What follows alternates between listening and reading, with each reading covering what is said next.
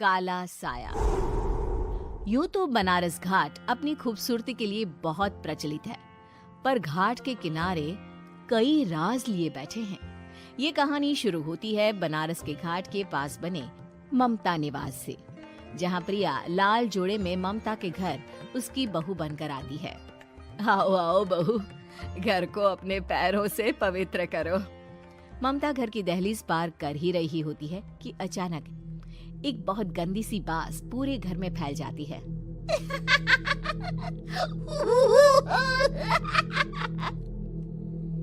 ये बदबू और ये आवाजें, ये कौन हंस रहा है माँ? अब ये पड़ोसी ना हमारे थोड़े अलग से है। कहाँ हम शाकाहारी और ये मांस मच्छी खाने वाले। छोड़, तू ध्यान मत दे और गृह प्रवेश कर।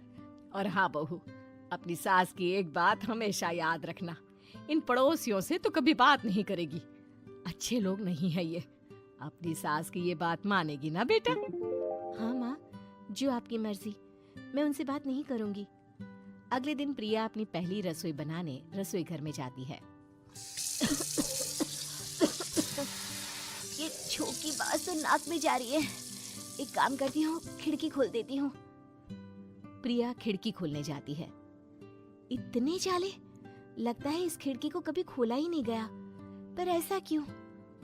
ओह, नॉन वेज की स्मेल आती होगी ना।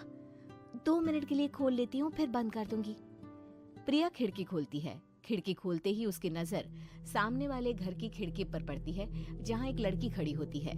हाथों में मेहंदी, लाल रंग की साड़ी, बिल्कुल सजी धजी, मानो प्रिया की तरह ही वो भी नई नवेली बहू हो। वो प्रिया को देखकर मुस्कुराती है। हे भगवान, माँ ने तो इनसे बात करने को मना किया था। प्रिया फौरन ही खिड़की बंद कर देती है और तवे पर चढ़े रोटी की ओर देखने लगती है, पर वहाँ रोटी न होकर मछली पड़ी होती है। ये क्या? पहली ही रसोई में इतनी बड़ी गलती। हे भगवान, अब मैं क्या करूं? प्रिया बहुत डर जाती है और फौरन रसोई की सफाई करने और फिर सभी के लिए खाना बनाने लग जाती है। जब वो सबको खाना परोसती है, सब तो ठीक है, मैं बेकार में चिंता कर रही थी। हे भगवान, ऐसे ही बस अपनी कृपा बनाए रखना। रात के वक्त जब सब सो रहे होते हैं, तब प्रिया को पायल की आवाज सुनाई देती है, जिससे उसकी आंख खुल जाती है। ये पायल की आवाज कहाँ से आ रही है? प्रिया उठकर उस आवाज के पीछे छत की सीढ़ियों तक जाती है।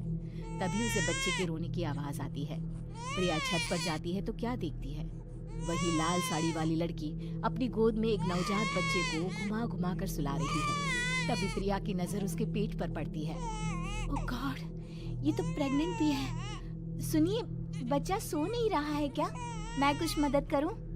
नहीं नहीं, आपके घर वालों को अच्छा नहीं लगेगा, मैं संभाल लूंगी।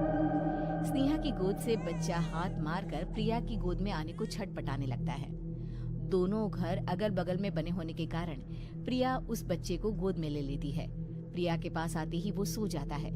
बच्चे का वो स्पर्श रात भर प्रिया भूल नहीं पाती और अगली सुबह वो छत पर कपड़े सुखा रही होती है। तभी उसे एक औरत इशारा करके बुलाती है। स्नेहा कह रही थी बाबू तुम्हारी गोद में आते ही सो गया। मैं गौरी, स्नेहा की माँ हूँ। बहू, घर आना, बाबू को खिला भी लेना। शाम को जब घर पर कोई नहीं रहता, बच्चे से मिलने के लिए प्रिया छिपकर अपनी पड़ोसन के घर चली जाती है और कुछ देर बच्चे को खिलाकर वापस लौट आती है। इसके कुछ दिन बाद ही प्रिया को पता चलता है कि वो माँ बनने वाली है। ममता की खुशी का ठिकाना नहीं रहता।